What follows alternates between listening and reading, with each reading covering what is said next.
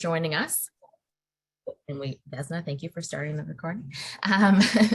Just before we get started, I will note that it is being recorded, but when Vesna posts the recording, it will include only our speaker and her slides. So you can feel free to keep your camera on during the presentation if you'd like to, but do please mute. I was going through and muting folks as you came in, but if I've missed you, please mute yourself if you don't mind. So thank you again for joining us for the first in our speaker series on the social role of colleges.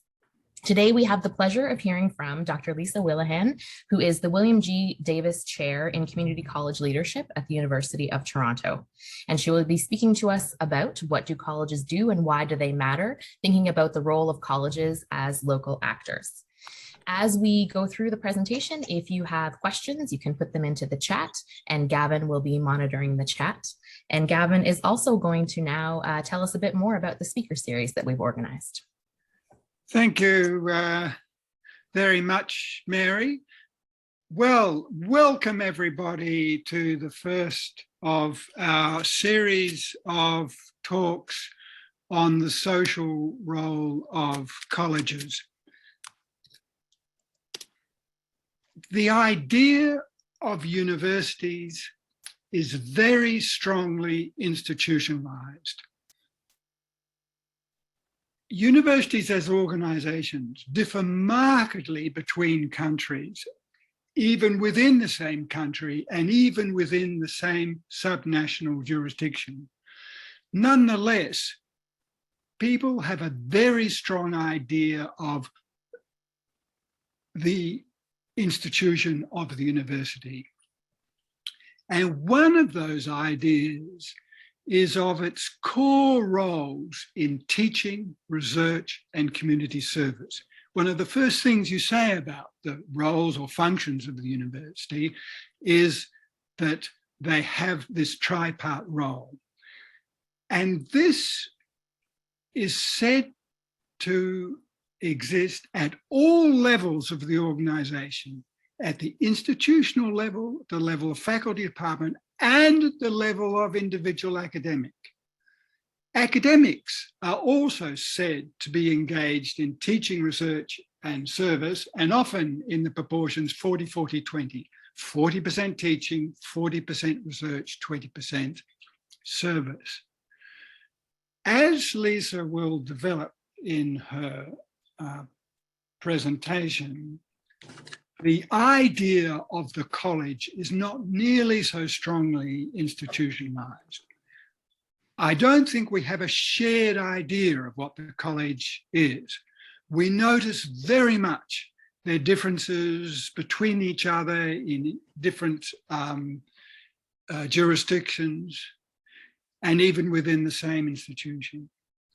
And still less do we have this shared concept of the vocational college being engaged in what universities call community service. And so the purpose of this work, of which this seminar series is a part, is to examine the social role of colleges. What roles do they have beyond the direct role of preparing graduates, of serving businesses? And we have constructed a series of talks which examine this social role of colleges in several different countries. We're starting today with Leesa on Canada and Australia.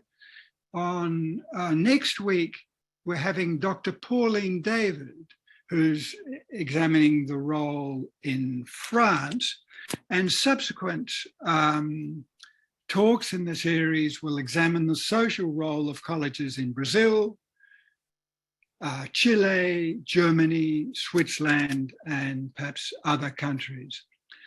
So that is the broad context of the series and of this program of work.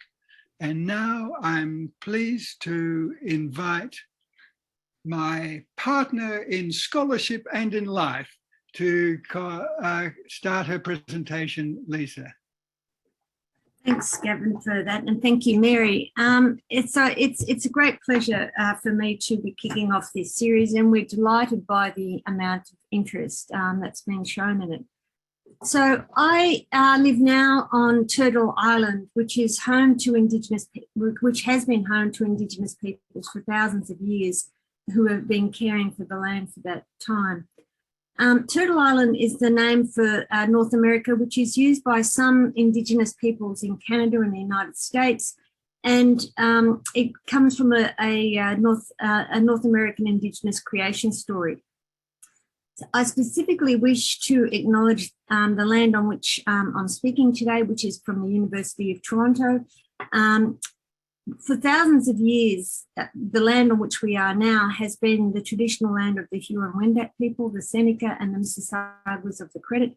And today the meeting place is still home to many Indigenous peoples from across Turtle Island, and we're grateful to have the opportunity to work on this land.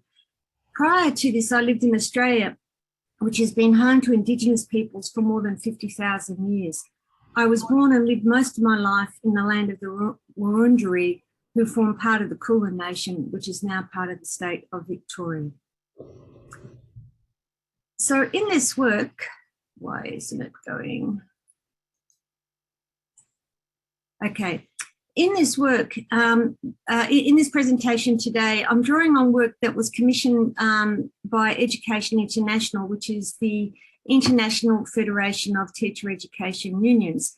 And the person who was leading that from Education International is Martin Henry. We initially published this first report in 2016 to provide a conceptual framework to understand how vocational education is positioned in many countries and the different ways in which the relationship between vocational education and the structures of the labour market are mediated and the variable outcomes that graduates achieve. And it demonstrates that there is unequal access to vocational education in low, medium and high income countries. In this work, we use the capabilities approach as developed by Amartya Sen and Martha Nussbaum to underpin the notion of productive capabilities, to talk about vocational education and to provide a conceptual basis for vocational education that supports social justice. And this work was undertaken by Gavin Moody, Eric Levine, me, and many, many graduate assistants and other postdocs. And so this was the first stage of the work. In the second stage, we conducted in-country case studies in a number of countries, England, Cote d'Ivoire, Australia, and Australia. And we also did some desktop case studies of several other countries. So these are specific reports on each of these countries. And the final report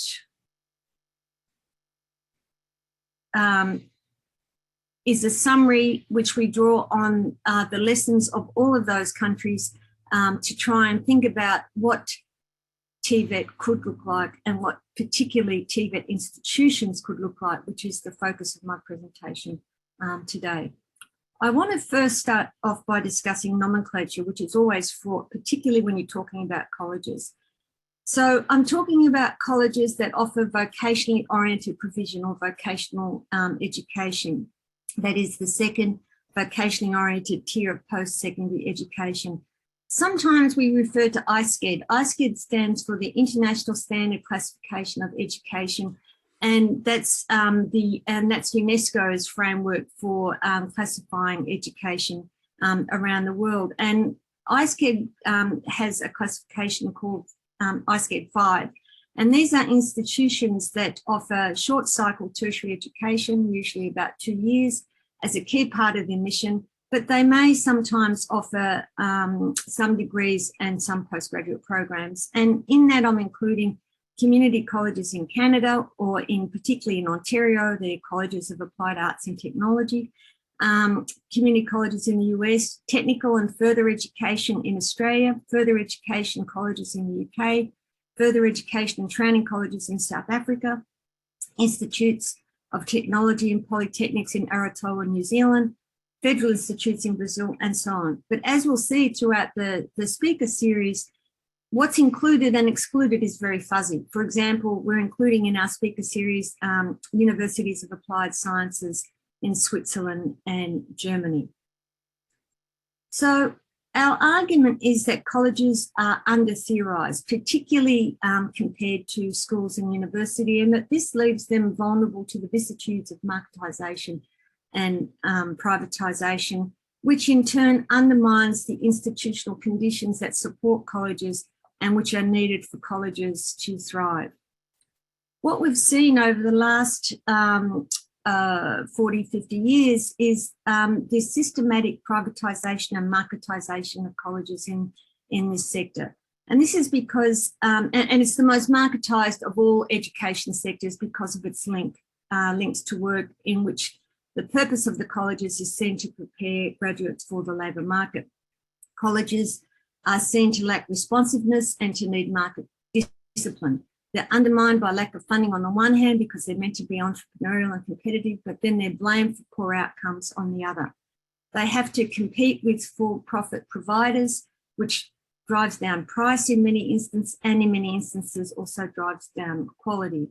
Instead of being a public institution, colleges are cast as an interchangeable provider in a market of other providers, for-profit providers, not-for-profits and so on.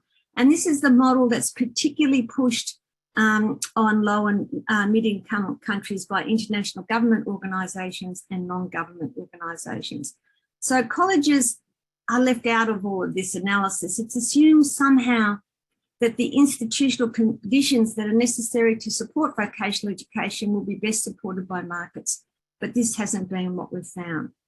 So to illustrate the argument, I'm going to compare two countries, Canada and Australia.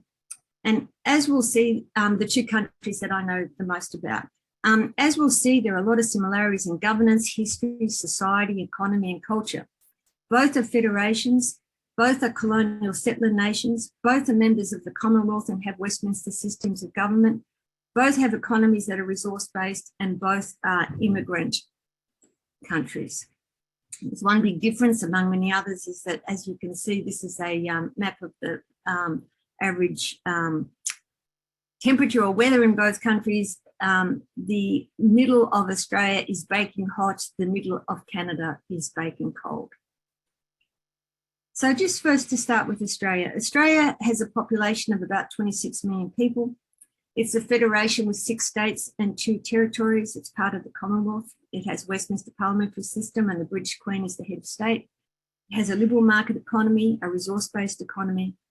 It was founded through the colonial dispossession of the Aboriginal peoples in Australia who have lived there for more than 50,000 years, and it's a very hot place to live. It has 3 sectors of post-secondary education: higher education, that is universities, which are almost all public. There's a couple that aren't, but not many.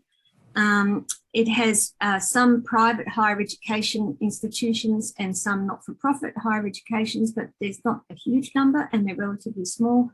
And some TAFEs offer degrees, and when they do, they're counted as higher education. TAFE is technical and further education, which is the public college in Australia. Then we have the vocational education sector, so it's regarded as a separate sector. I mean, if we were talking about it here, we'd probably talk about the college sector, where we have TAFE, which is the public institution. We have thousands of private providers. There are some not-for-profits, but they're mostly private. And then we have the adult and community education sector, which is much more local, in neighbourhood houses and local community centres. Although that is a very small sector and in some states doesn't exist at all. So the vocational education sector has been subjected to marketisation, relentless marketisation, and this has been a policy objective for decades. Marketisation was implemented basically as a scorched earth approach in about 2008, and I'll show you the results of that soon. It has left a wreckage across the country, which we now have Labor states. So Labor in Australia, well, the Liberals here would probably be to the left of the Labor Party, quite frankly, but Labor has been traditionally known as the party of the unions, or the left of centre government. how left that is another issue, but that's another discussion for another time. So there's a number of Labor states in Victoria now, and we have a brand new federal Labor government, and they are working together to try and save TAFE.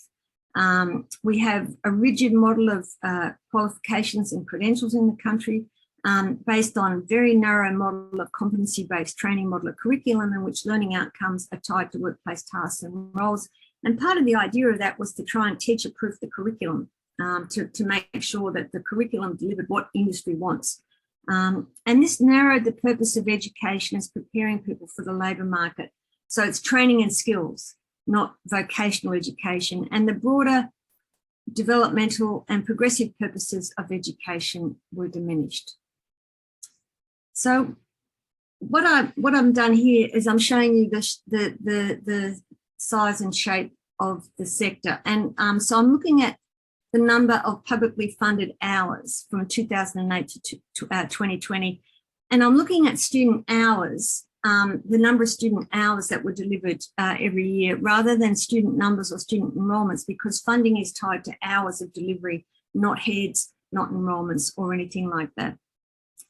The experiment with markets began on a system level in 2008, and some states were more marketised than others, but this is the picture that emerged nationally. So this shows you the size and shape of the sector over that period of time. Public funding was made available to private providers starting in 2008 in many states, basically through a voucher system and then through income contingent loans. Now, governments will cock a hoop about this because, as we can see, the number of hours of provision rose dramatically over the years, and governments were crowing about how successful this policy was, but then we see a collapse. So I've gone up to 2017 in previous work on this. I thought I'd go and update the data. So I've got a break here, 2017 to 2020, but it shows you that not much has changed. I was a bit disappointed to see that, quite frankly. So, but basically what we see is that the size of the sector is actually smaller now in 2020 than it was in 2008. So what we see massive growth in hours of provision, then a crash. And the blue here represents TAFE. So this is TAFE's share of publicly funded provision in Australia. The orange bit is adult community education and the grey bit is private providers. So we see TAFE's share diminishing over that period of time, private providers' share increasing dramatically. It has decreased somewhat, but we can see that the composition and structure of the sector is certainly different. So, and in some states it's worse than others. So in Queensland, for example, TAFE only has 33% of publicly funded provision or something like that. Now, things have improved because a few Labor states have tried to save TAFE by ring-fencing funding. They are claiming that 70% of all public funding is ring-fenced for TAFE, but a lot of damage has been done and a decade or more has been lost. The system is 29% smaller in 2020 than it was in 2008. Private full fee enrolments may have increased, but here I'm looking at the role of government in making publicly funded vocational education available. So Labor governments have been trying, but it doesn't seem to have been as successful as we would hope. So Queensland returned to Labor government in 2015 and it's been Labor ever since. Victoria returned to Labor government in 2014, it's been Labor ever since. And Western Australia returned to Labor government in 2017, Labor ever since. So we can see that TAFE's share from 2018 to 2017 to 2020 has improved. It's now at 62.4% compared to 47.4% in 2017, but it's of a smaller pie overall. And this is compared to growth in higher education over a similar period of time where the sector publicly funded, domestic publicly funded hours of provision grew by 34%. over a similar period of time. In 2020, there were, because the governments wanted to encourage the growth and development of private training organisations. They're called registered training organisations in Australia. And in 2020, there were 4,006 of these for a population of 26 million people. There were 24 TAFEs, which were not even 1% of the number of providers or registered organisations there, but most 83.5% were private providers. The system infrastructure, I argue, is inefficient and wasteful. The average number of students per institution is only 270, and they are concentrated in TAFEs and a small number of very big providers. In 2016, there was about 1,600 qualifications, or we would call them credentials here, but 85% of enrolments were only in 200 credentials or qualifications, and there was, almost 340 that had no enrolments whatsoever. We have a market in providers, but not qualifications. This is because in Australia, there is only ever one qualification for each occupation. So every institution in the country has to deliver the same childcare qualification and meet the same industry outcomes. Every personal care attendant has to do the same qualification and meet the same outcomes. And so the stakes are very high, but it's very, very rigid. So as I argue, we have a market in providers, but not in qualifications. And all of this had to be regulated and administered. So basically, we have a lost decade where we have corruption, scandals, and loss of trust, the establishment of an enormous regulatory framework where the emphasis in the for-profit market has been to stamp out bad behaviour, usually after it has happened. And I'm just going to give you a taste of some of these scandals. So Gerald Burke is an economist who specialises in vocational education in Australia, and he explains that things ramped up, and so he explains that, he says, government funding to non-TAFE providers began to grow in the 1990s with provision by the Commonwealth Government to the state of growth funds for which a proportion had to be allocated to private providers. He says each of these developments, while extending the provision of training, was associated with waste and fraud. Things ramped up even further in 2008 with the first national federal state agreement on skills reform, which instituted for the first time a voucher which students could use at any provider up to the skilled worker level, followed by full contestability. So private providers and TAFEs were funded on exactly the same basis. And then we had a government-backed loan system, which was an absolute catastrophe that was estimated to result in $3 billion of losses. $3 billion of losses. These are just some of the headlines that we had in the newspapers. The Australian is a Murdoch paper, and even they are complaining about what was happening to colleges. The scandals and corruption became so widely known and understood that you could hear people talking in the street about it. You'd hear things, you'd hear people saying things like, it's a shame what's happening to TAFE. And this is because so many people went to TAFE in the country, towns and regions where there was a TAFE college or campus in most of those towns and regions. Most people either went to TAFE, worked at TAFE, or had a family member involved in TAFE. And so the effect of this was visceral for many people who were distressed by what was happening. We also saw a collapse of trust in credentials in whole industries. So ASCA is the Australian Standards Quality Agency, which regulates the sector. And they had to cancel 2,700 qualifications or credentials for security guards. We had industries such as childcare, which had a list of institutions from which it would accept graduates and a list from which it wouldn't. So we began to see an undermining of trust in the sector. Now, I just want to compare that with Canada. Canada has a very strong college sector. It's similar to Australia in many ways, but it's not driven by the same market pressures. It's not obsessed with making public institutions compete for profit. And in Ontario, the province in which I live, public funding for provision is not provided for private-for-profit colleges except in a limited number of circumstances. And colleges here are seen as the local anchors of their communities. So just to give you a bit of an overview of Canada, it's a population of 36 million, with Ontario being the largest province, which has about 40% of the population. Quebec is about 23%, and British Columbia is 12%.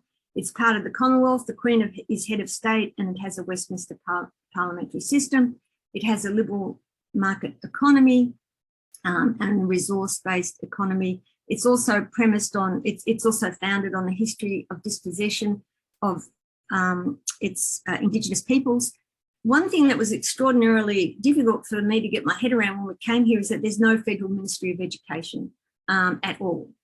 So that means we have 13 different systems of education in each, when we look at the provinces and territories, even though there are similarities between some of them, with Ontario being quite different, and also Quebec. And that was quite hard for me to understand. It's a very devolved federation compared to Australia, where most day-to-day life is managed by provincial governments. It's also very cold, although you wouldn't think so right now. Okay, so here I'm looking at post-secondary attainment in OECD countries, which is the club of rich countries around the world. And I'm looking at post-secondary education attainment in 2016. And this is looking at the population aged between 25 to 64 years. It looks at different levels of qualification. So the blue is ICED for International Standard Classification of Education, UNESCO's framework for classifying education. ICED 4 is post-secondary education, but it's regarded as non-tertiary. ICED 5 is the orange, and that's short cycle higher education or tertiary education of usually about 2 years. It's vocationally oriented provision taught in vocationally oriented institutions, mostly like colleges. ICED 6, here the grey, is long cycle higher education. And what I've done here is I've lumped together bachelor degrees, masters and doctorates in the one category. So I've got the OECD in the middle. I've got Anglophone countries on the left, and Germanic countries with strong vocational systems on the right. And what we can see is considerable variation between them. But what's interesting about this is that Canada is the outlier among the Anglophone liberal market economies. It has the highest level of attainment in the world for post-secondary education for those aged between 25 to 64 years. Korea is ahead for the 25 to 34-year age group. But for the 25 to 64-year age group, Canada has the highest level of attainment in the world. And this is because of its ICED 5 provision. That is, its diplomas, advanced diplomas and associate degrees. If we look at the rate of attainment for bachelor degrees and above, we can see that Canada is very similar to the OECD. There's not much difference. So Canada's preeminent status in the world as the highest attaining country in the world is due to the success of its college system. It's due to the provision of its college system in the different provinces. So the college system in Canada emerged in the 1960s, where there were colleges in the provinces before the 1960s, but they weren't organised together as systems within each province. And so most of the provinces began to establish college systems and to massively expand their college provision in the 1960s. We have different models, as I said, because it's a devolved federation. So the college system in British Columbia looks more like the system in California, where students do associate degrees in college and then progress to go to university to finish their degree. In Quebec, I hope that we will have a session on Quebec at some point.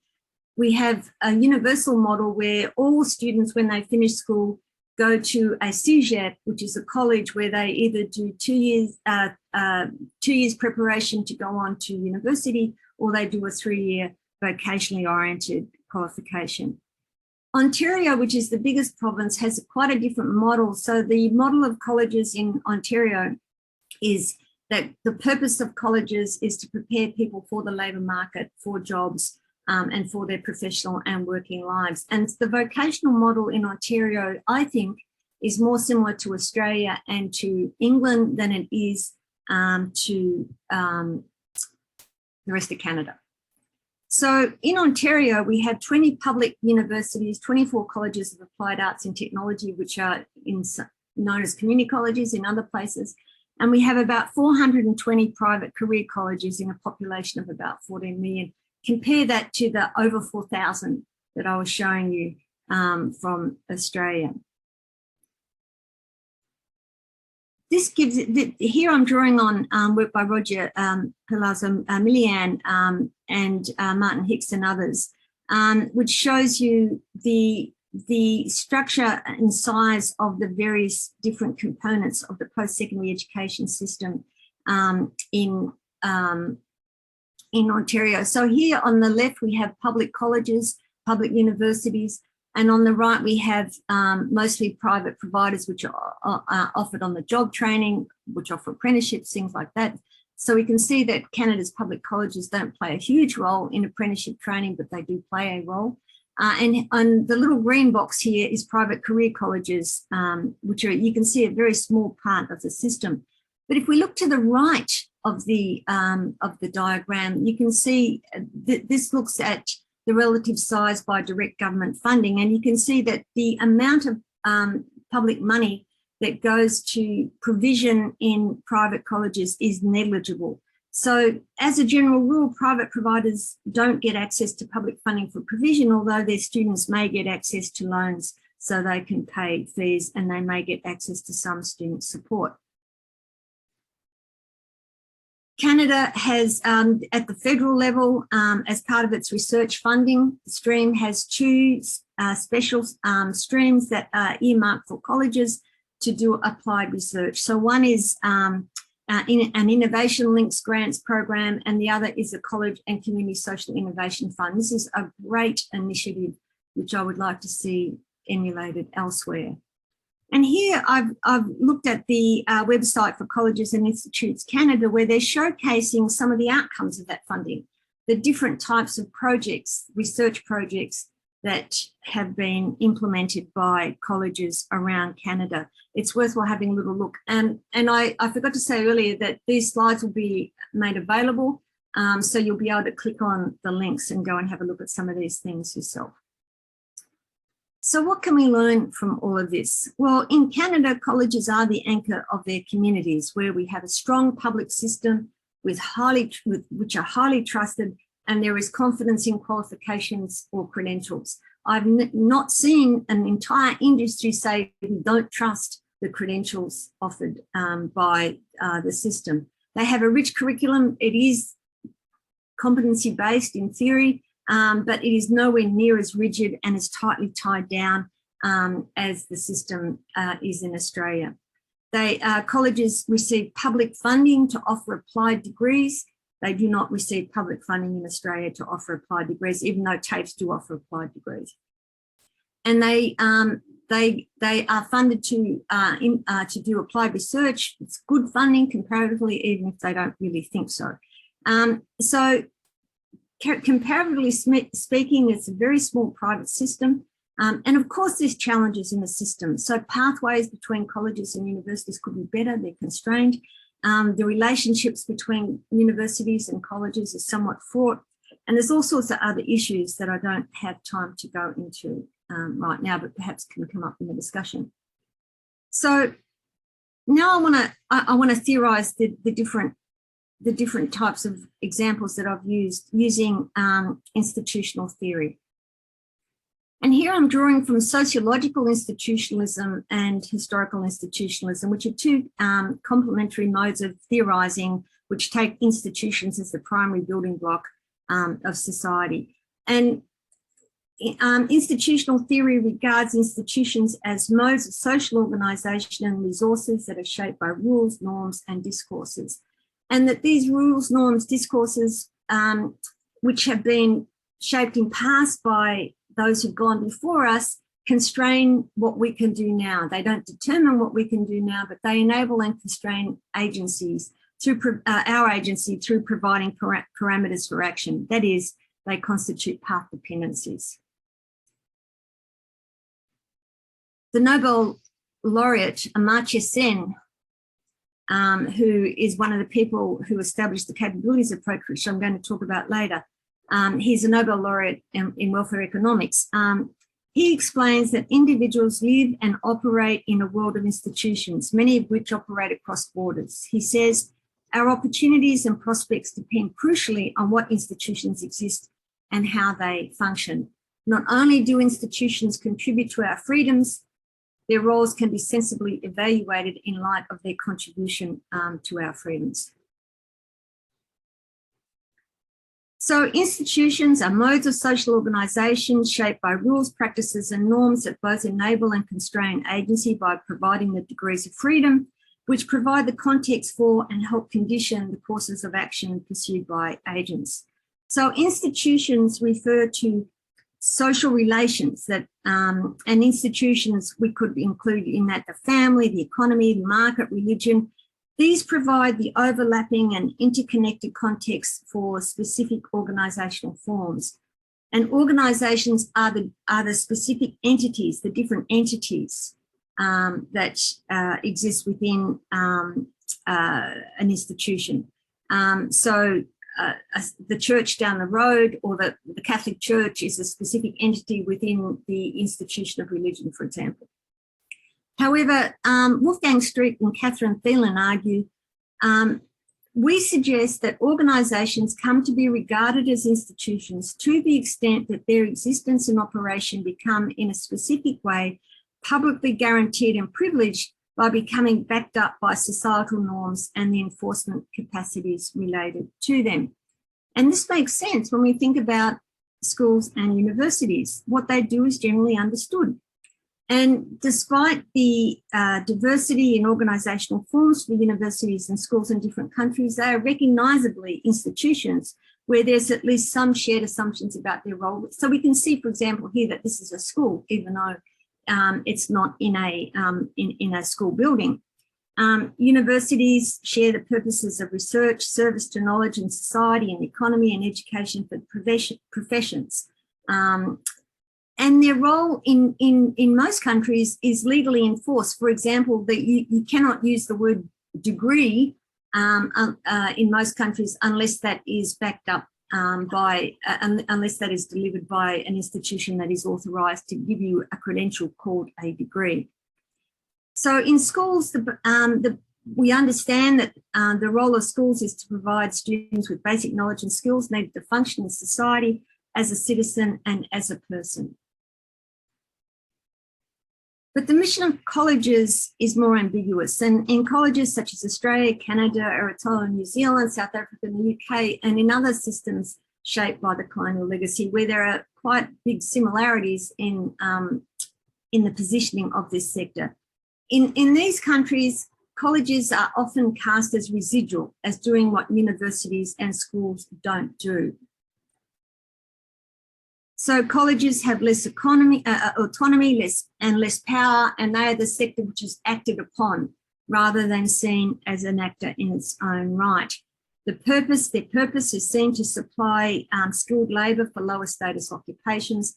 And in contrast to higher education, where higher education and those working in the professions traditionally have more autonomy over their practice, vocational education has less autonomy over its practice, and also the occupations for which vocational education prepares students have less autonomy over practice. The graduates of vocational education are often subjected to high levels of supervision in the workplace, and they don't have the professional bodies so much to act as intermediaries between the field of practice and education provision. In many countries, industry, that amorphous term industry, and employer bodies or intermediary bodies have this role.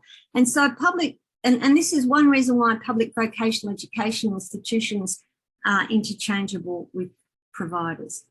So basically, we are arguing that we need to reimagine college education away from narrow preparation for specific jobs, tasks and roles to broad occupations, to broad fields of practice, to one's future, to one's preparation for their future for their future working life.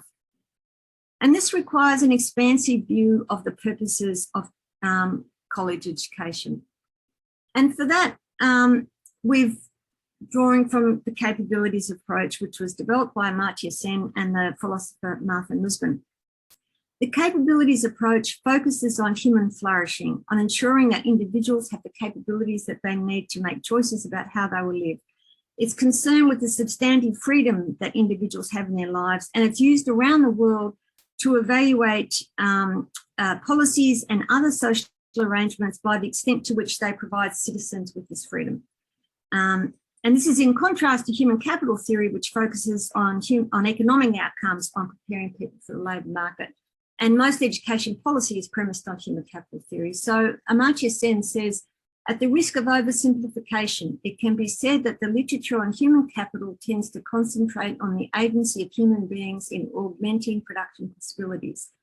The perspective of human capability focuses on the one hand, on the ability, the substantive freedom of people to lead the lives they have reason to value and to enhance the real choices they have.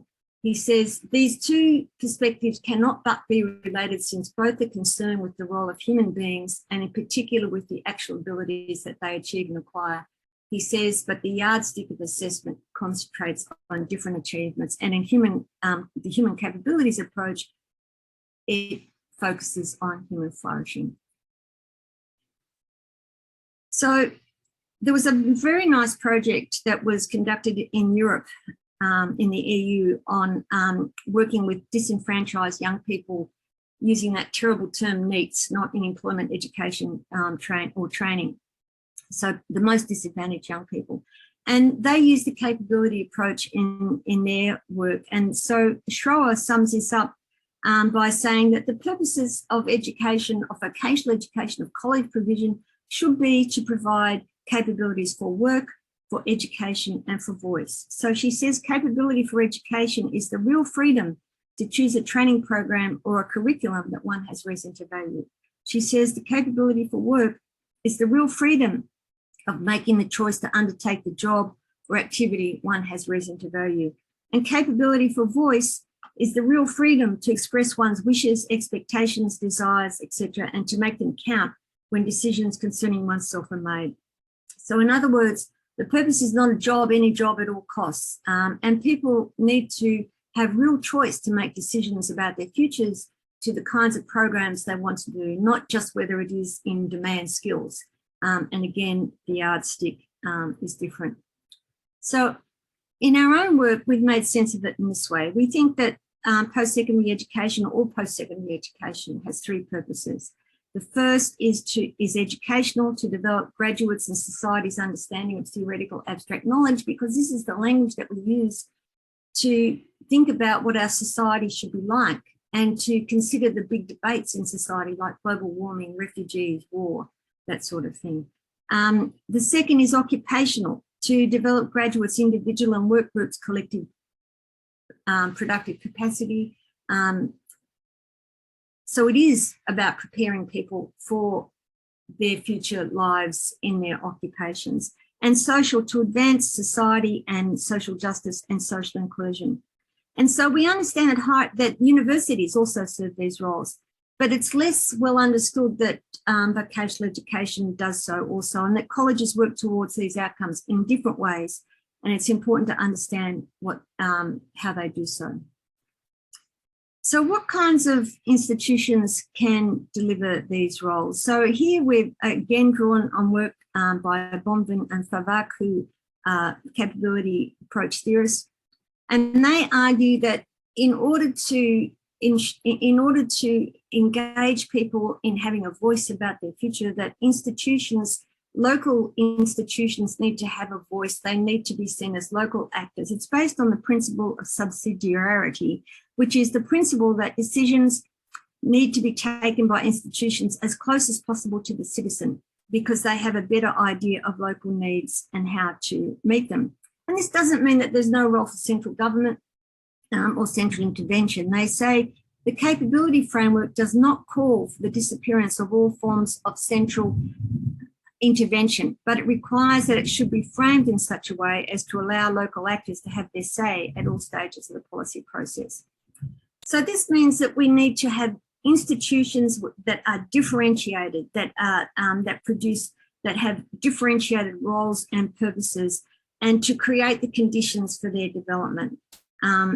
So what do I mean by that? So institutions are delineated in space and time, and they're not interchangeable in a market that focuses on immediacy and relevance.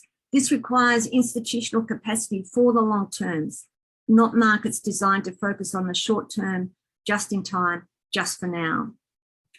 Now, colleges need to be seen as separate, strong institutions and demarcated in space and time, because the college and the workplace constitute different sites of learning, and the purpose of colleges is to help students to use their learning in one site, the workplace, to understand their college learning, and to use their learning in the college to understand their learning in the workplace. That is, to help students to navigate the boundaries between the two, to help them recognise the different forms of knowledge that they have to use, and to integrate knowledge and practice to prepare them for their careers and lives. They must be strongly defined and supported if they are to develop, institutionalise and codify knowledge, skills and practices needed for the labour market now and in the future, and to support students to make a contribution to their families, communities and occupations.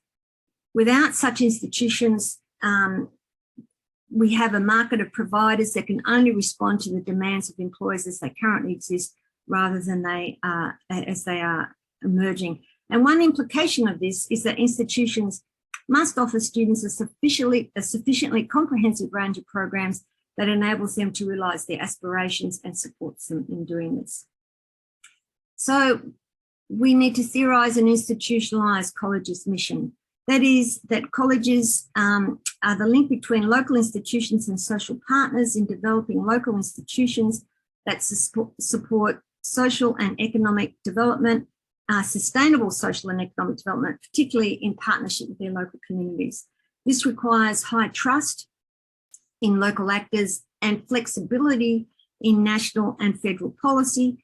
And we need to move away from a system premised on regulation of external standards to building communities of trust. I think Ontario is pretty good at that.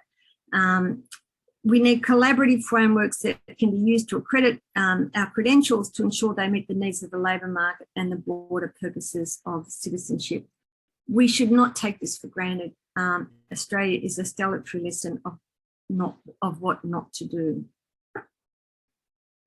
We argue that we need to move away from a residual definition of colleges as doing what universities and schools don't do.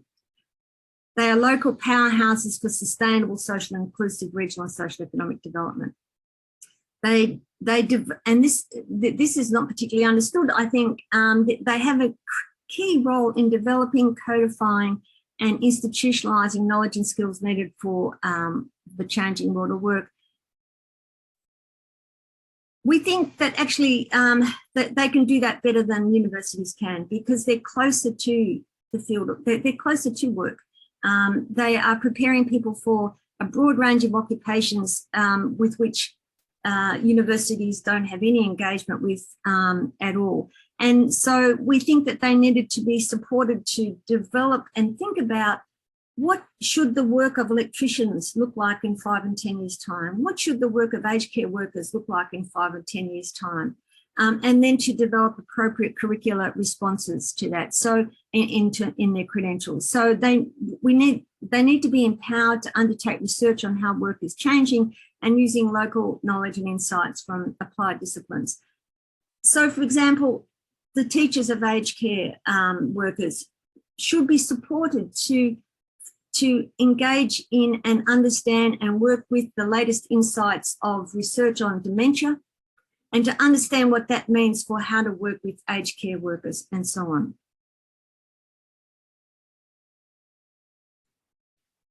This also means having an understanding of the role of teachers as dual professionals, teachers who are both industry experts and expert teachers, who can work with industry partners to anticipate future needs and who have a role in codifying and institutionalising knowledge and skills in the future. And teachers work with disadvantaged communities, and they support disadvantaged students to become successful learners, workers and citizens to a much greater extent, I would argue, than do universities in many respects. I mean, they work with refugee communities, they work with communities that are in low socioeconomic areas, and with other communities that suffer discrimination and from oppressive power relations, more so than do universities. So we need to work at making the invisible visible. In my experience, which is now 30 years of working with colleges, the senior managers of each college, every college I've known, they're always on the local economic and social development boards. They're always deeply engaged in their communities. You know, for example, they might be on the hospital board or something like that in their region. They have teachers and staff who work with local communities, who develop contextually appropriate pathways to learning, to work and to active participation in their society. And they need to be supported to be local anchors of their communities with autonomy. So if we are to think about what should a research program look like in the future, we would argue that there are 5 key questions. What should college qualifications look like? What can colleges do that universities and schools can't do? What roles do colleges play in supporting local and regional economic, social and cultural development? And how will the work of the occupation served by colleges change in 5, 10 and 15 years' time? And then as a consequence, how should qualifications change? And finally, how can we support college teachers to be dual professionals, that is, industry experts and expert teachers? So here are some of the specific references I've used in this presentation. So thank you very much.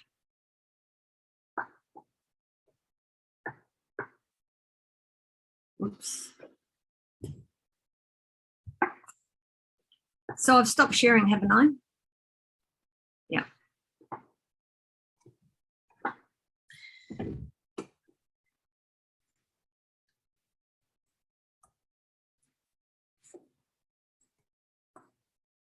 Thank you, Lisa.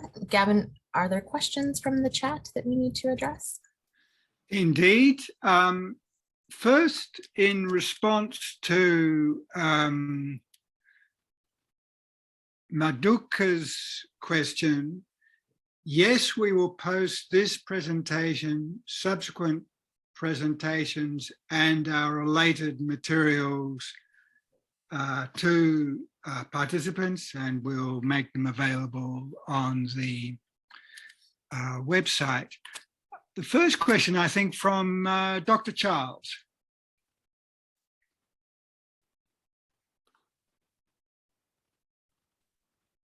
Oh, I was anticipating you were going to read my question, but that's fine. I'll go back to it, Gavin, if you give me just a second here.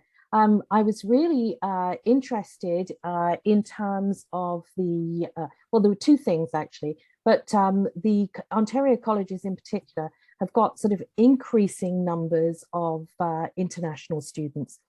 So our sort of new frontier, if I can call it, in terms of the entrepreneurship, you know, seeking provision for the sector, monetary provision, is really through the international student base. So it's become sort of increasingly marketized because the fact that we offer shorter duration programs than the universities do. So it becomes a pathway. We have so many students, and in fact, some of our programs are even running with 3 semesters all the way through the summer as well. And these are shorter duration programs. So basically, colleges in Ontario are a pathway to the post-graduation work permit. And that's essentially what they're looking for, ultimately with a goal for permanent residency. Now, that has been facilitated obviously through the federal government policy for international students, but it's also being driven increasingly by provincial policy, in the sense that the Ontario government, with the, and I'll call it freezing through the tuition freeze policy, which means that a considerably reducing proportion of college revenue is actually coming from public sector funds. Now, I don't know what my college's numbers are for this year, but last year, so we're looking at to the 2020 to 2021, 56% of our students were international students. We are growing exponentially. New campuses, a huge new skills development campus. We haven't even got room on campus now for faculty offices. So we're all working remotely or in a hybrid model. And that's essentially because we've got constraints on capital resources in terms of our campuses, driven by the international student component. So the new frontier of entrepreneurship and the seeking of dollars, the pursuit of dollars, is essentially sort of through this component. And I was interested to know whether or not, because I think Australia had gone through a similar drive for internationalization, capitalization of higher education, but whether or not there were some comparisons and what you foresee for the sector. Yes, yeah, absolutely. I mean, Australia is another salutary example of what not to do. We had a massive increase in international students to universities. And in the college sector, or the vocational education sector, they didn't primarily go to TAFE. They primarily went to private for-profit colleges who, and there's quite a lot of people who became stupidly rich as a result of that. And again, it was students who were responding to government policy signals. We want you as immigrants, but we want you to pay for your own education. We want you to build the future of our country, but we don't want to have to pay for your induction into that. So most of those students in Australia, and there were many thousands, went to private for-profit vocational education providers. And it was just scandalous. There were, you go to, so the way they did it in Australia was that they designated occupations in demand. And so if you did a course in an occupation in demand, then you could get the work permit. And occupations in demand at the time included chefs and hairdressers, for example.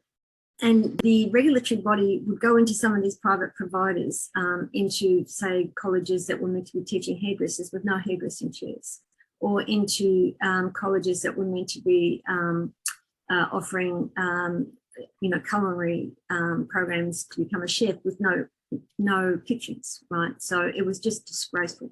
And so what happened was it became so ugly.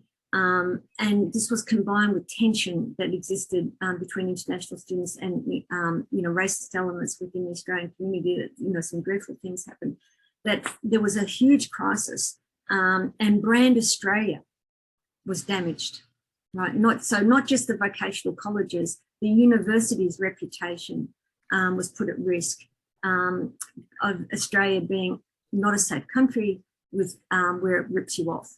And so the Deputy Prime Minister at the time had to go to India on a salvage trip to try and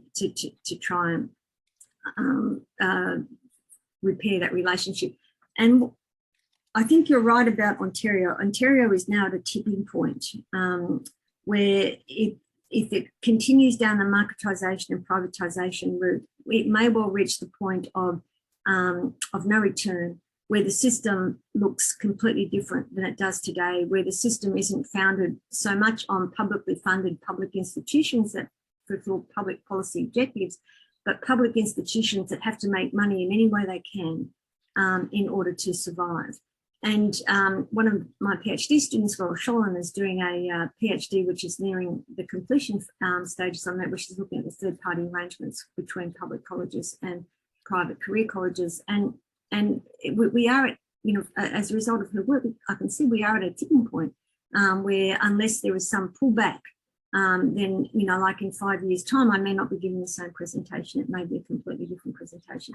I think what it means for international students is a couple of things. First of all, we should recognise that international students are responding to government signals. Come here. We want you to help build our country. But we don't want to have to pay for you to do that. And I think that's a problem. And the second is that we need to move away from a transactional approach, you know, where we see them as a huge source of income as the primary purpose. And the third is that we need to see international students on our campuses as building capacity in Canada, but also building capacity in their countries. But that would take a policy shift. So I agree we are in a dangerous period. Thanks, Leesa. You'll have to be much shorter in your responses because we've got heaps and heaps of questions. First, what I think could be quickly answered from Jessica Patterson.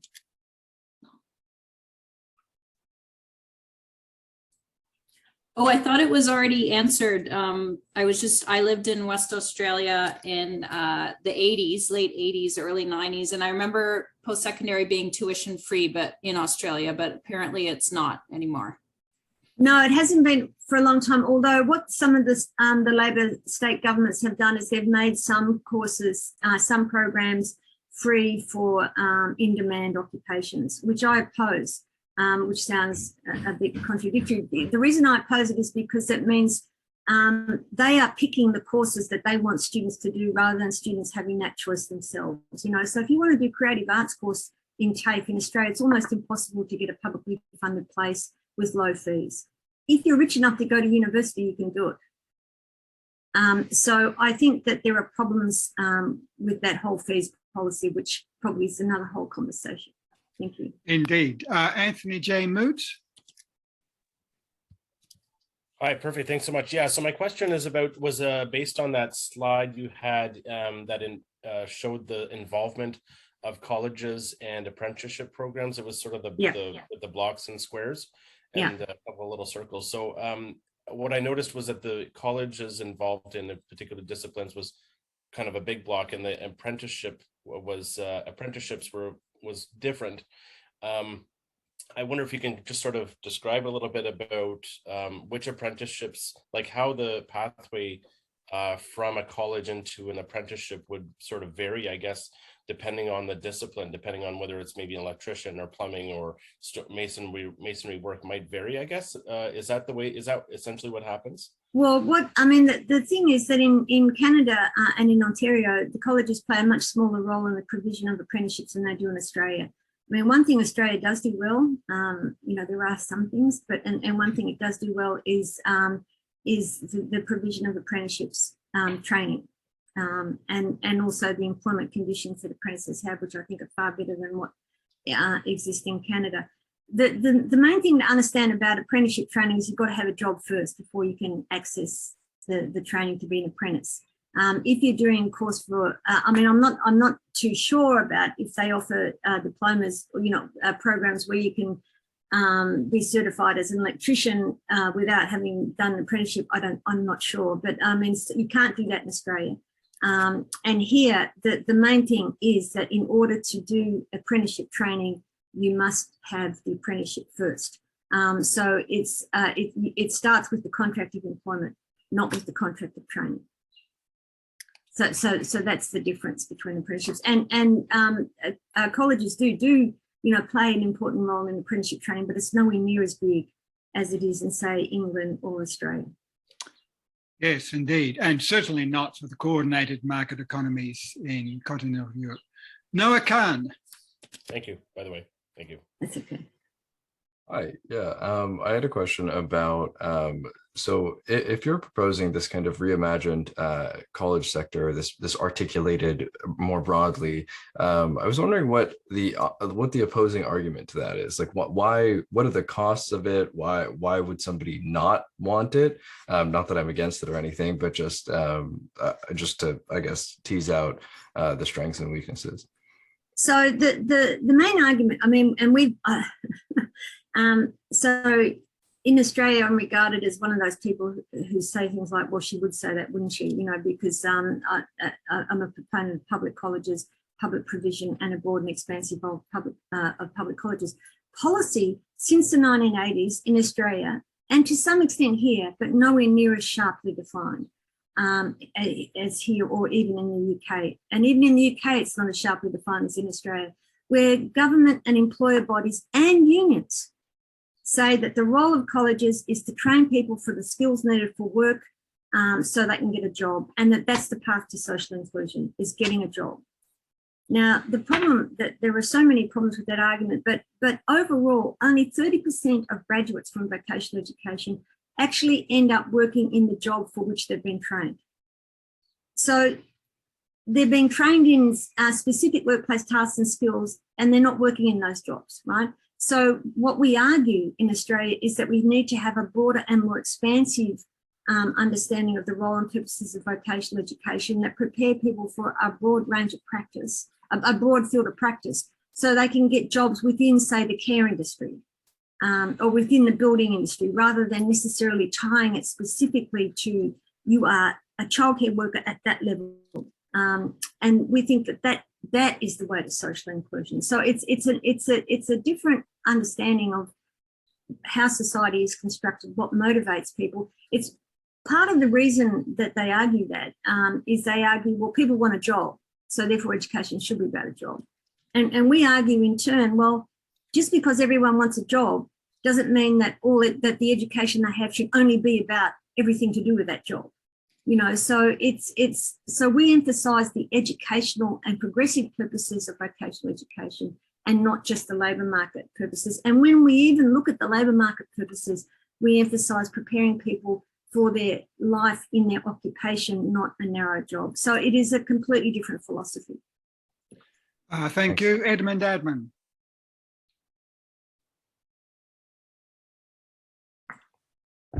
Hello, thank you, Professor Wheelahan, for this very informative presentation. I would like to ask you about the role of the Australian federalism. My understanding is Australia has a very unique system, because now the way you describe it, that Australia is different from Canada in the sense that it has some centralized mechanism. I mean, the decision-making authority is weighted to the states. Do you think this model is partly responsible for the way Australia has taken the approach Australia has taken toward vocational education? That's one question. Sorry for that. And my second question is, how far do you think Ontario and Canada more broadly, how far do you think we are from the model you call for, which is preparing students for the full range of the occupation, not the narrow purposes of the labor market? Thank you. Okay, so just on the question of federalism, you've tapped into a very a deep philosophical issue that exists in Australia. So I grew up in a Labor Party family. My father was a local Labor Party mayor. And when I was growing up, the fundamental belief that was imbued in me is that the state should be abolished, that the states are an unnecessary level of government. I don't think that anymore. It's one of the things I've changed my mind about. Australia is a much more centralised federation because taxation power was handed by the states to the federal government decades and decades ago. And so that means that the federal government has the purse strings. And the way the federal government has tried to browbeat the states into conforming with what they want is through making grants conditional on fulfilling certain policy outcomes. So we call that tied grants. But in theory, the states run the VET systems, the vocational education systems, and Queensland looks very different to Victoria, and Victoria looks very different to Western Australia. So there are big differences between the states, but there's much more commonality. And we talk about national systems, whereas the word national never comes up in Canada. It's pan-Canadian, right? You know, like you never talk about national. And I was astonished that how there was so little involvement by the federal government here in local in education policy. It was just something that took me a long time to come to terms with. So how far away is Canada and Ontario from the ideal system that I outlined? I think that it is probably, it's in pretty good shape, but as I said before, unless we theorise the role and purposes of colleges, then we run the risk of going down the Australian path. We run the risk of going down privatisation and marketisation. And that is happening now in Ontario through private partnerships with private for-profit colleges, with the vision of international students as without them, the college system would be in serious financial problems, and with disinvestment by governments over time in the college system. So Canada and Ontario has a dual right now, but you know, the danger is that unless we actually articulate the role and purposes of colleges more broadly, then we run the risk of undermining that in the longer term. Thank you. Our next question is from Dr. Deborah Bragg. And for those few who perhaps are not familiar with Dr. Bragg's work, she is a giant in the field in the USA and internationally. She, for many years, led a major school and research program on colleges. And I think more recently, her work has concentrated on community college baccalaureates, which I think it's fair to say she champions. But her question is of somewhat different orientation. Well, you're way too generous, Gavin. It's wonderful to see you and Leesa today. I've enjoyed your presentation so much. Leesa, I'm going to ask you a little bit more of a theoretical question. When you shaped and framed your presentation around institutional theory, it made me think, as an American that's seeing the devolution of institutions before our eyes in this hyper-political environment we're living in, it raised the question of whether the assumptions that institutional theory is really grounded on around their importance to democracy. It made me wonder if we can still make those assumptions and use the theory quite the way I would have used exactly the way you did. But when I heard you today, it made me question a little bit. What are your thoughts about that? Thanks, Deb. It's lovely to see you. And as Greg Maddie says in the chat, no pressure, right? Yeah, look, I think what we see in Australia is we've seen privatisation in almost every sector of public provision, in childcare, disability care, aged care, in vocational education. And in every case, apart from vocational education, there's been a royal commission into scandals and rorts, and into the very bad and into the appalling abuses that have taken place.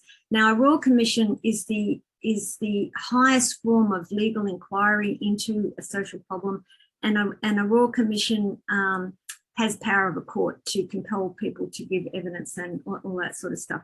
So in every case in public provision, we've seen a royal commission, except we haven't seen that in Australia, but we have seen the systematic deinstitutionalisation of TAFE. So I think the for-profit model of aged care, we've seen what happened with that, with COVID. In both Canada and Australia, where the people who lived in the aged care homes were the first to die and suffered terribly. And so I think what we are seeing, and I think we are seeing deinstitutionalisation, and through the prism of the market. I mean, the market is an institution, but what we've been seeing over the last 40 years or so is the reorientation of a society which is supported from a market to a market society, in which the whole all access to all social provision is through the mechanism of the market, and we are seeing the consequences of that now. So I think rather than say, for me, does institutional theory still hold, I would double down on institutional theory and emphasize again the importance of institutions in the context of the systematic and pervasive deinstitutionalisation that we're seeing, and the importance of institutions for democracy, because you don't exercise democracy through your purchasing power, which is the assumption of the market society. You exercise democracy through your say in what happens in your life and in the life of your community.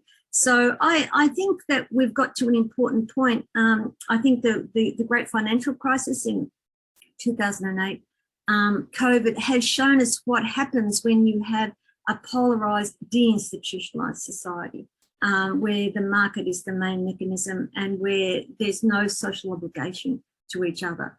So I would say, for me, it has more salience than it did prior. Thank you. Brent Toy elaborates an issue that has run through your presentation and some of the questions. Hi, Leesa. That Hi, was Brent. great Thanks. and very stimulating presentation. So I am just wondering, as you know, I do slightly similar research, but I was just wondering, and these questions I've had in the back of my head while doing this research, if there's not a trade-off between this sort of decentralized, very regional, local nature of the Canadian system and the narrowness of the credentials that they actually provide, which I do not really know that much about. So that's a genuine question. They seem to be more connected to like local partners. So like Mohawk will work with the FASCO and all this sort of stuff.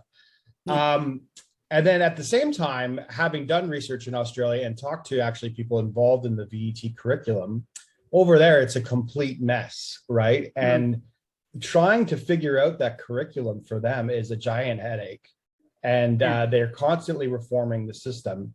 But at the same time, like you said, oddly, despite the marketization of the system, it is more, they are broader. They're more occupationally based. That's the idea, at least anyway, or they're trying to. They keep changing what an occupation is to be more narrow. But I'm just wondering what your thoughts on that. And also what I noticed in Australia, and this might go some way towards an answer of squaring the circle, is the role of unions.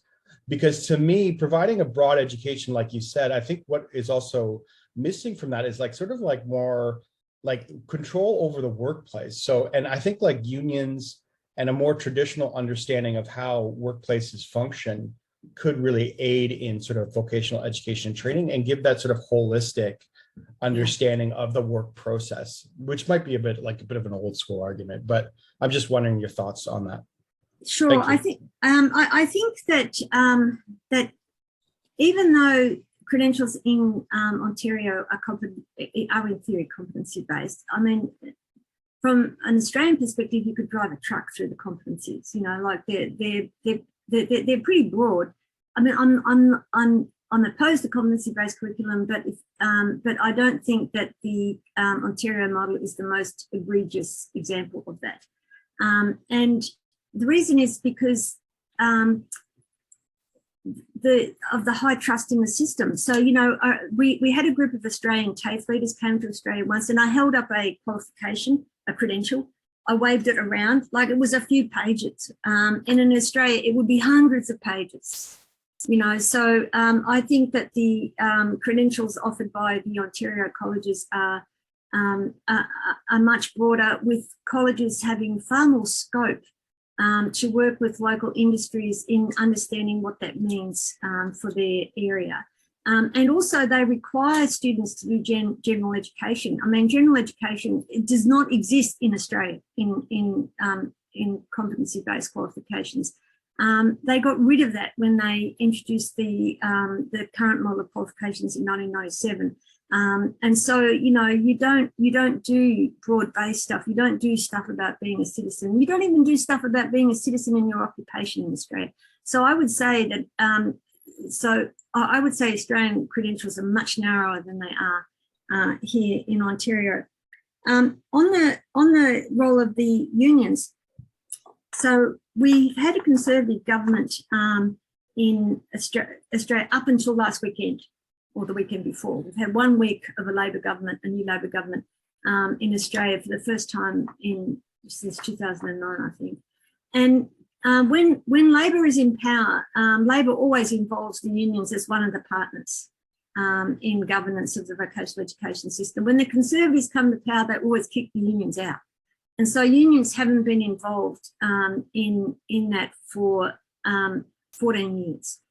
the new Labor government says they're going to involve the unions. Now, the problem with the unions is that they also have this narrow view of what vocational education and qualifications should be about, in contrast to the education union, which has an expansive view. And so I have worked very closely with the Australian Union of Education in Australia for decades now. And we've been trying to convince union leaders, you know, that they're undermining the work of their colleagues in the education union, because they insist that that we should have this narrow model of competency-based education, because they don't actually know what's involved in education. That's not their field of expertise, and that they should listen to their colleagues in the education union. We've made a bit of progress in that, not a lot, but one important thing that the Labor government says it's going to do, the new Labor government says it's going to do, is it says it's going to set up new advisory arrangements which involve industry, unions, and the educational institutions themselves, which is a big step forward. So that means that, you know, the TAFEs will have a seat at the table, which they haven't had since the 1980s, because it was always based on the view that industry should specify the outcomes, vocational education is the handmaiden that should deliver them. Now they're saying that that TAFE and the other providers will have a seat at the table. So that is a big step forward, and maybe that might lead to some change, I hope. Next, Laurel Schollen, who I think is asking her question from her perspective as a long and distinguished leader of Ontario colleges.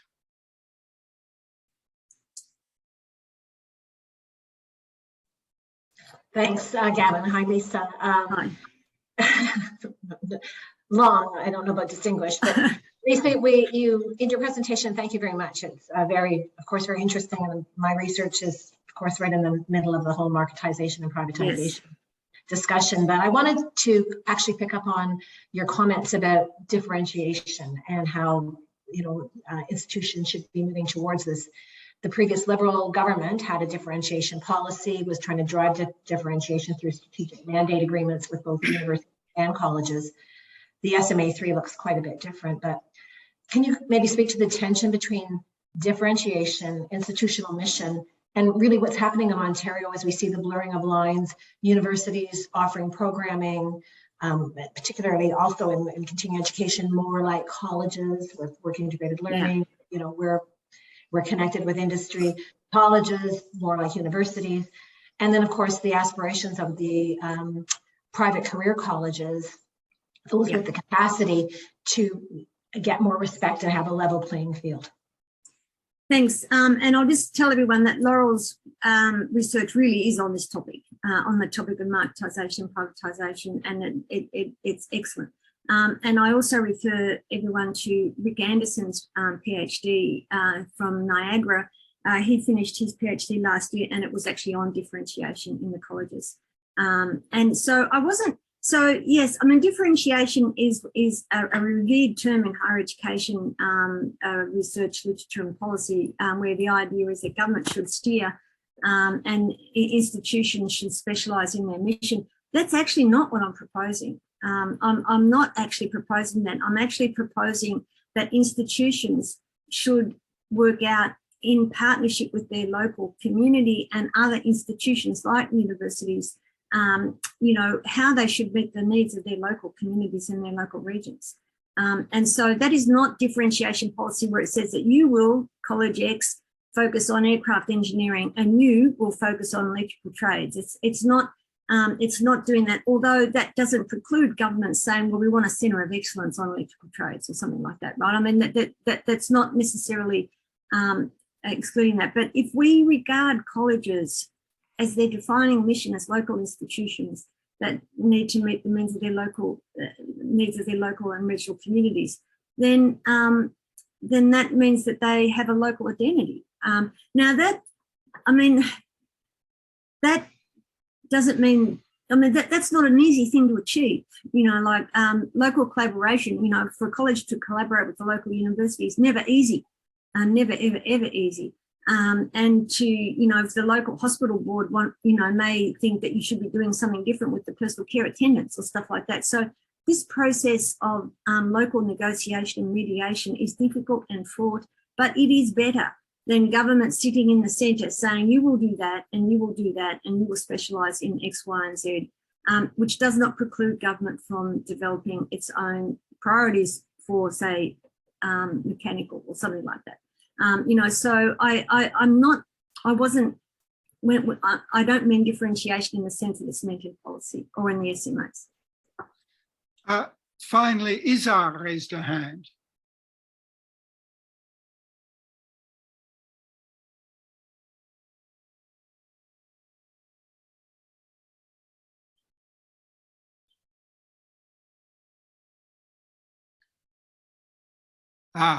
No longer with us. Dr. Charles sought a follow-up question, and I think we've got time just to sneak that in. Thanks, Gavin, and thanks, Leesa. I was just going to add, I read a very interesting article this morning in The Guardian, and it was obviously UK-based, but was talking about increasing stress on cost of living in that country. But it led me thinking to a number of things, and that is the role that colleges play in reducing some of that social inequity. Yeah. Now, it does seem, though, that with international students, in some ways we're reducing the social inequity, but we're also contributing to the problem in the sense that more students into local areas also increases demand for housing, and that accelerates housing costs.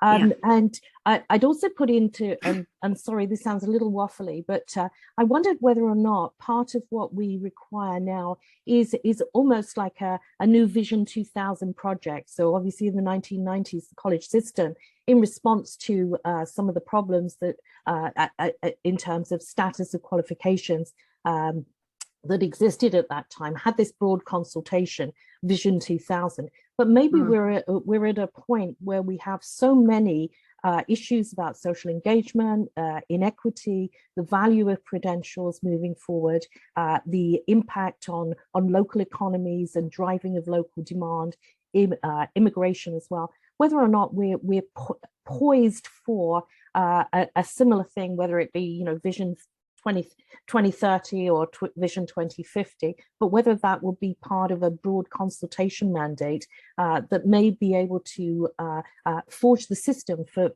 the next 50 years and beyond. So just to respond to your very first point, I think that colleges do have a role in helping to address inequality in a direct way where they can, you know, and one way they did it I know, for example, during the shutdowns as a result of COVID, some colleges kept their Wi-Fi on so students could come and sit in the car park and access the Wi-Fi, you know, because they couldn't afford to have high quality Wi-Fi at home and stuff like that. I mean, but what I mean by working with local partnerships is working with the local services agencies, you know. So we had a project many years ago in the 1990s in Australia where we worked with the the leadership of the Eritrean, Ethiopian and Somalian refugee communities, and we worked with a number of agencies, and we provided programs that supported the women to from those communities to gain access to meaningful credentials in partnership with these other agencies who helped make sure childcare was in place. And stuff like that. Now, we could do that because we had access to special money. When that special money ran out, we couldn't do it. You know, so that's what I meant. So my view is that institutions should be funded, not programs. We should fund institutions rather than funding specific programs, because then institutions will be able to work out how to respond to their local and regional needs. Do we need a new stock take, a new vision? I think we probably do, because as Laurel's work shows, we're drifting into something else. We're drifting into a privatised, marketised system where governments are systematically defunding the public infrastructure, you know, the public system, and where the public institutions are more reliant on full fee service and markets and stuff like that. So yes, I think we do. I think we do. Are we going to get it? I'm not sure, but I just think we need to look at Australia's lessons and say we don't want to go there, and perhaps try and do something to make sure that that doesn't happen. Great. Mary, would you like to close us? Thank you, Gavin. Thank you so much, Leesa, for kicking off this speaker series with this really interesting and topic that generated a lot of great conversation. Thanks to Gavin for monitoring the questions and taking care of that. Thanks to Vesna and Amit for setting up the meeting today and advertising it. I put the link in the chat for our session next week to register, and Gavin put a link to more information about it. Please consider joining us and sharing the information with anyone you think might be interested. And I'll also just highlight that Jakob is here today. Can you wave? That he'll be doing a session later in June as well. We'll get that information out to everyone as soon as possible. So thanks again to everyone for joining us, and have a great rest of your day. Thanks, Mary. Thanks, everyone. Bye-bye.